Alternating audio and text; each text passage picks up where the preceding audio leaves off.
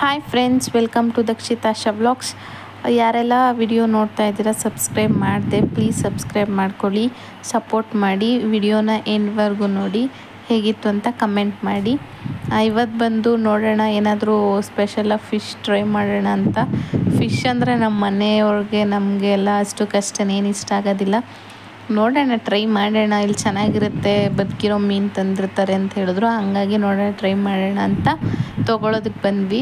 ಇದು ಫುಲ್ಲು ಹಾವು ಥರ ಇತ್ತಲ್ವ, ಹಂಗಾಗಿ ಅದು ತೊಗೊಂಡಿಲ್ಲ. ರೂಹು ಅಂತ ಅದನ್ನು ತೊಗೊಂಡು ಫಿಶ್ ಫ್ರೈ ಮತ್ತು ಕಬಾಬ್ ಮಾಡಿಬಿಟ್ಟು ತಿಂದು ಕೂತಿದ್ವಿ. ಫುಲ್ ಹೆವಿ ಮಳೆ ನೋಡಿ, ಎಷ್ಟು ಜೋರಾಗಿ ಬರ್ತಿದೆ ಅಂದರೆ ತುಂಬ ಖುಷಿ ಆಯಿತು. ಯಾಕಂದರೆ ಫುಲ್ ಫ್ರಂಟು ಬ್ಯಾಕು ಆ ಕಡೆ ಈ ಕಡೆ ಎಲ್ಲ ಕಡೆನೂ ಕನ್ಸ್ಟ್ರಕ್ಷನ್ ನಡೀತಾ ಇದ್ದಾವೆ ನಮ್ಮ ಮನೆ ಹತ್ರ. ಹಾಗಾಗಿ ಧೂಳು ಆಗೋಗ್ಬಿಟ್ಟಿತ್ತು. ಕಿಟಕಿ ಮೇಲೆ, ಬಾಗಿಲು ಮೇಲೆ ಎಲ್ಲ ಕಡೆನೂ ಧೂಳು. ಹಾಗಾಗಿ ಫುಲ್ಲು ಡಸ್ಟ್ ಎಲ್ಲ ಕ್ಲಿಯರ್ ಆಯಿತು. ಇನ್ನೂ 1-2 ಟೈಮ್ ಬಂದರೆ ಫುಲ್ಲು ಕ್ಲಿಯರ್ ಆಗುತ್ತೆ. ಎಷ್ಟು ಡಸ್ಟ್ ಇದೆ ಅಂದರೆ ಅಪ್ಪ. ಹಾಗಾಗಿ ಮಳೆಯಲ್ಲಿ ಚಳಿಗೆ ಏನಾದರೂ ಸ್ನ್ಯಾಕ್ಸ್ ಬೇಕು ಅನ್ನಿಸ್ತಿತ್ತು. ಹಾಗಾಗಿ ಎಗ್ ಪಫ್ ಮಾಡೋಣ ಅಂತ ಐಡಿಯಾ ಬಂತು. ಹಾಗಾಗಿ ಮೈದಾ ಹಿಟ್ಟಿತ್ತು, ನೀಟಾಗಿ ಜರಡಿ ಇಟ್ಕೊಂಡೆ. ಮತ್ತು ಮೈದಾ ಹಿಟ್ಟಿಗೆ ಸ್ವಲ್ಪ ಉಪ್ಪು ಹಾಕ್ಬಿಟ್ಟು, ಮತ್ತು ತುಪ್ಪ ಕಾಯಿಸಿರೋದಿತ್ತು, ಕೆಳಗಡೆ ಫುಲ್ ಖಾಲಿ ಆಗೋಂಗಿತ್ತು. ಅದನ್ನು ಫುಲ್ಲು ಕಾಯಿಸ್ಬಿಟ್ಟು ಹಾಕ್ಕೊಂಡೆ. ತುಪ್ಪ ಮತ್ತು ಸ್ವಲ್ಪ ಉಪ್ಪು ಮತ್ತು ಮೈದಾ ಹಿಟ್ಟು ನೀಟಾಗಿ ಕಲಿಸ್ದೆ. ಮತ್ತು ಜೊತೆಗೆ ನೀರನ್ನ ಆ್ಯಡ್ ಮಾಡ್ಕೊಂಡು ನೀಟಾಗಿ ಕಲಿಸ್ಕೊಬೇಕು. ಮೈದಾ ಹಿಟ್ಟು ಮತ್ತು ತುಪ್ಪ ಮಿಕ್ಸ್ ಮಾಡಿ ಈ ಥರ ಪೇಸ್ಟ್ ರೆಡಿ ಮಾಡಿಕೊಂಡೆ. ನೆಕ್ಸ್ಟು ಅದು ಮೈದಾ ಫುಲ್ಲು ಸಾಫ್ಟಾಗಿತ್ತು, ಸ್ವಲ್ಪ ಹೊತ್ತು ನೆನೆ ಹಾಕಾಕ್ಬಿಟ್ಟಿದ್ದಲ್ವ. ಇವಾಗ ಹೊಸೋಣ ಅಂತ ಅಮ್ಮನ ಹೆಲ್ಪ್ ತೊಗೊಂಡೆ. ಇವನು ನಾನು ಅಂತ ಹೇಳ್ಬಿಟ್ಟು ಬಂದಿದ್ದಾನೆ ನೋಡಿ. ಅದನ್ನೇನು ಹೊಸೋದಕ್ಕೂ ಹೆಲ್ಪ್ ಮಾಡ್ತಿಲ್ಲ, ಏನಿಲ್ಲ, ಫುಲ್ ಹಾಳು ಮಾಡ್ತಿದ್ದಾನೆ. ಬೇಡ ಅಂದರೂ ಕೇಳ್ತಾ ಇಲ್ಲ. ಇನ್ ಕೇಸ್ ಇಸ್ಕೊಂಡ್ರೆ ಜೋರಾಗಳೋದು. ಹಂಗಾಗಿ ಇನ್ನೇನು ಮಾಡೋಕ್ಕಾಗುತ್ತೆ, ಚಿಕ್ಕ ಮಕ್ಳ ಹತ್ರ ಗೊತ್ತಲ್ವ, ಹಠ ಮಾಡೋದು ಜಾಸ್ತಿ ಬೇಡ ಅಂದರೆ. ಹಾಗಾಗಿ ಸರಿ ಏನೋ ಮಾಡಪ್ಪ ಅಂತ ಹೇಳ್ಬಿಟ್ಟು ಒಂದು ತಾನೇ ಮಾಡು ಅಂತ ಬಿಟ್ಟಿದ್ರು. ನೆಕ್ಸ್ಟು ಎಗ್ ಪಫ್ ಒಳಗಡೆ ಹಾಕೋದಕ್ಕೆ ಆನಿಯನ್ಸ್ ಎಲ್ಲ ಒಂದು 4 ಆನಿಯನ್ಸ್ ಕಟ್ ಮಾಡಿಕೊಂಡೆ ಚಿಕ್ಕದಾಗಿ.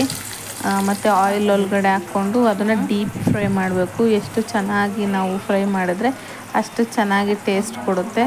ಹಾಗಾಗಿ ಆಯಿಲ್ ಚೆನ್ನಾಗಿ ಕಾದ್ಮೇಲೆ ಎಲ್ಲ ಈರುಳ್ಳಿ ಹಾಕ್ಕೊಂಡು ಚೆನ್ನಾಗಿ ಫ್ರೈ ಮಾಡಿಕೊಂಡೆ. ನೆಕ್ಸ್ಟು ಇದಕ್ಕೆ ಸ್ಪೈಸಸ್ ಹಾಕಬೇಕಲ್ವ. ಆನಿಯನ್ ಫ್ರೈ ಆದಮೇಲೆ ಸ್ವಲ್ಪ ಚಿಕನ್ ಮಸಾಲ ಮತ್ತು ಗರಂ ಮಸಾಲ ಮತ್ತು ಖಾರದ ಪುಡಿ ಮತ್ತು ಉಪ್ಪು ಹಾಕ್ಕೊಂಡು ಚೆನ್ನಾಗಿ ನೀಟಾಗಿ ಫ್ರೈ ಮಾಡ್ಕೊಬೇಕು. ಲೋ ಫ್ಲೇಮಲ್ಲಿ ಇಟ್ಕೊಂಡು ಫ್ರೈ ಮಾಡ್ಕೊಳ್ಳಿ, ಇಲ್ಲಾಂದರೆ ಅದಕ್ಕೆ ನೀರು ಏನು ಆ್ಯಡ್ ಮಾಡೋದಿಲ್ಲ ಅಲ್ವಾ. ಹಂಗಾಗಿ ಬೇಗ ಸೀದೋಗುತ್ತೆ. ಕಡಿಮೆ ಉರಿಲೇ ಫ್ರೈ ಮಾಡಿಕೊಂಡ್ರೆ ಒಂಥರ ಬೇಗನೂ ಬೇಯುತ್ತೆ ಮತ್ತು ಟೇಸ್ಟ್ ಕೂಡ ತುಂಬ ಚೆನ್ನಾಗಿರುತ್ತೆ. ನೋಡ್ಬೋದು ನೀವು, ನಾನು ಹಾಕಿರೋದು ಇಷ್ಟೇ: ಈರುಳ್ಳಿ ಮತ್ತು ಅದ್ರ ಜೊತೆ ಚಿಕನ್ ಮಸಾಲ, ಗರಂ ಮಸಾಲ ಮತ್ತು ಉಪ್ಪು, ಶುಂಠಿ ಬೆಳ್ಳುಳ್ಳಿ ಪೇಸ್ಟ್ ಮತ್ತು ಖಾರದ ಪುಡಿ ಫ್ರೈ ಮಾಡ್ಕೊಂಡಿದ್ದೀನಿ. ಈ ಥರ ಆಗಬೇಕದು, ಗೋಲ್ಡನ್ ಕಲರು. ಚೆನ್ನಾಗಿ ಫ್ರೈ ಮಾಡ್ಕೊಂಡಾದ್ಮೇಲೆ ನಮ್ಮಮ್ಮ ಹೊಸ್ಕೊಟ್ಟಿದ್ರಲ್ವ, ಅದು ಮೈದಾ ಹಿಟ್ಟಲ್ಲಿ ಕಲಸಿರೋದನ್ನ ಅದ್ರ ಮೇಲೆ ಈ ಥರ ನಾನು ಕ್ರೀಮ್ ಮಾಡ್ಕೊಂಡಿದ್ದೆ ಅಲ್ವ, ಅದನ್ನು ಫುಲ್ಲು ಅಪ್ಲೈ ಮಾಡಬೇಕು. ನೆಕ್ಸ್ಟು ಕ್ರೀಮ್ ಹಚ್ಚಿದ್ದಾದಮೇಲೆ ಅದ್ರ ಮೇಲೆ ಇನ್ನೊಂದು ಚಪಾತಿ ಹಾಕ್ಕೊಂಡು ಅದ್ರ ಮೇಲೂ ಅದು ಕ್ರೀಮ್ ಥರದ್ದು ಹಚ್ಚಿಬಿಟ್ಟು ಇನ್ನೊಂದು ಹಾಕ್ಕೊಂಡ್ಬಿಟ್ಟು ಟೋಟಲಾಗಿ 4 ಆ ಥರ ಹಾಕ್ಕೊಂಡಿದ್ದೀನಿ. ಅದ್ರ ಮೇಲೆ ಲಾಸ್ಟ್ ಇನ್ನೊಂದು ಹಾಕ್ಬಿಟ್ಟು ನೀಟಾಗಿ ಕಟ್ ಮಾಡ್ಕೋಬೇಕು. 4 ಶೇಪಲ್ಲಿ, ಸ್ಕ್ವೇರ್ ಶೇಪಲ್ಲಿ ಕಟ್ ಮಾಡ್ಕೊಬೋದು. ನಾನಿಲ್ಲಿ ಹೆಂಗೂ ದೊಡ್ಡದಾಗಿದೆಯಲ್ವ ಅಂತ ಹೇಳ್ಬಿಟ್ಟು ನಾನು ಹೆಂಗೆ ಹೊಸ್ತಿದ್ನೋ ಅದೇ ಥರ 4 ಭಾಗ ಮಾಡ್ಕೊಂಡು ಕಟ್ ಮಾಡಿಕೊಂಡೆ ಈ ಥರ. ನೆಕ್ಸ್ಟು ನಾನು ಮಾಡಿಟ್ಕೊಂಡಿದ್ದೆ ಅಲ್ವ ಆನಿಯನ್ದು, ಅದನ್ನು 4 ಭಾಗ ಮಾಡಿಬಿಟ್ಟು ಹಾಕಿದೆ ನೋಡಿ. ಮತ್ತು ಇದ್ರ ಮೇಲೆ ಎಗ್ ಇಡಬೇಕು. ಎಗ್ ಇಟ್ಬಿಟ್ಟು ಮೇಲ್ಗಡೆ ಲೇಯರ್ನ ಒಂದು ಮಾತ್ರ ಎತ್ತಿ ಅದನ್ನು ಮಡಚಿಬಿಟ್ಟು ಇನ್ನು ಮಿಕ್ಕಿದ್ದನ್ನ ಫೋಲ್ಡ್ ಮಾಡಬೇಕು. ವಿಡಿಯೋ ಲೆಂತ್ ಆಗುತ್ತೆ ಅಂತ ನಾನು ಫುಲ್ ತೋರಿಸಿಲ್ಲ ಅಷ್ಟೇ ನೋಡಿ. ಎಗ್ ಇಟ್ಟಾದಮೇಲೆ ಅದನ್ನು ಫೋಲ್ಡ್ ಮಾಡೋದಷ್ಟೇ ಕೆಲಸ. ಈ ಥರ ಈಗ 4 ಇಟ್ಟಾಯ್ತಲ್ವ, ಮೇಲ್ಗಡೆದು ಮಾತ್ರ ನೀಟಾಗಿ ಎಲ್ಲೂ ಓಪನ್ ಇಲ್ಲದೆ ಕವರ್ ಮಾಡಬೇಕು. ನೆಕ್ಸ್ಟು ಸೈಡ್ ಇರೋದೆಲ್ಲ ನೀಟಾಗಿ ಕವರ್ ಮಾಡಿದ್ರೆ ಆಗುತ್ತೆ.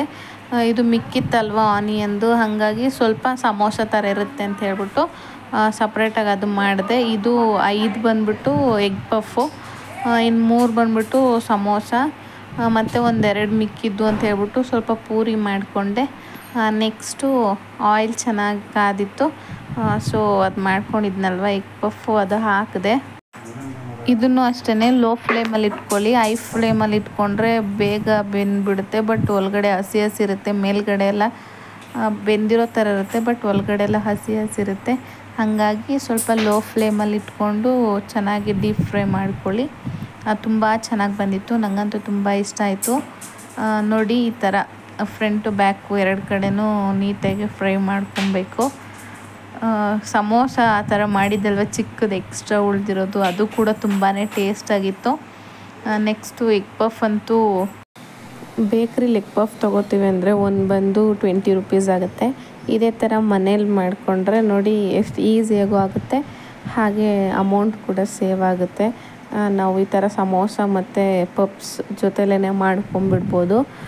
ನಮ್ಮ ಅಜ್ಜಿ ಅಂತೂ ಇದನ್ನು ತಿಂದಮೇಲೆ ತುಂಬ ಚೆನ್ನಾಗಿದೆ, ಮೊನ್ನೆ ಬೇಕ್ರಿಲಿ ತಂದಿದ್ದಕ್ಕಿನ್ನೂ ಚೆನ್ನಾಗಿದೆ, ಏನಕ್ಕೆ ತರ್ತೀರ, ಇದೇ ಥರ ಮಾಡ್ಕೊಂಡು ತಿನ್ನಿ, ತುಂಬ ಚೆನ್ನಾಗಿದೆ, ಸಾಫ್ಟಾಗಿದೆ ಅಂತ ನಮ್ಮ ಅಜ್ಜಿ ಕಮೆಂಟ್ ಮೇಲೆ ಕಮೆಂಟ್ ಮಾಡ್ತಿದ್ರು. ತುಂಬ ಇಷ್ಟ ಆಗಿದೆ. ಪಾಪ ಅಜ್ಜಿಗೆ ಬೇರೆ ಅಲ್ಲಿಲ್ಲಲ್ವ, ತುಂಬ ಸಾಫ್ಟಾಗಿ ಬಂದಿತ್ತಲ್ವ. ಮೊನ್ನೆ ಬೇಕ್ರಿಲಿ ತಂದಿದ್ದು ಚೆನ್ನಾಗಿಲ್ಲ, ಇದು ತುಂಬ ಚೆನ್ನಾಗಿದೆ, ಏನಕ್ಕೆ ಹೋಗ್ತೀರಾ ಬೇಕ್ರಿಗೆ, ಮನೇಲೇ ಮಾಡಿ, ಈ ಥರನೇ ಮಾಡಿ, ಯಾವಾಗಾದರೂ ಚೆನ್ನಾಗಿ ಕಲ್ತ್ಕೊಂಡಿದ್ದೀಯ ಅಂತ ನಮ್ಮ ಅಜ್ಜಿ ನನಗೆ ಹೇಳ್ತಿದ್ರು. ಸರಿ ಅಜ್ಜಿ, ನೆಕ್ಸ್ಟ್ ಟೈಮಿಂದ ಮಾಡ್ತೀನಿ ಅಂತ ನಾನು ಹೇಳಿದೆ ಅಜ್ಜಿಗೆ. ತುಂಬಾ ಚೆನ್ನಾಗಿತ್ತು, ಮನೇಲಿ ಎಲ್ಲರೂ ಇಷ್ಟಪಟ್ಟು ತಿಂದರು. ತಿಂದಾದ್ಮೇಲೆ ಎಲ್ಲರೂ ಒಳ್ಳೆ ಒಪಿನಿಯನ್ಸ್ ಹೇಳಿದ್ರು ನನಗೆ. ತುಂಬ ಚೆನ್ನಾಗಿತ್ತು. ವಿಡಿಯೋ ನಿಮ್ಗೆ ಹೇಗೆ ಅನ್ನಿಸ್ತು ಕಮೆಂಟ್ ಮಾಡಿ. ಇಷ್ಟ ಆಗಿದ್ರೆ ಲೈಕ್ ಮಾಡಿ, ಶೇರ್ ಮಾಡಿ, ಸಬ್ಸ್ಕ್ರೈಬ್ ಮಾಡ್ಕೊಳ್ಳಿ. Thank you for watching. Bye all.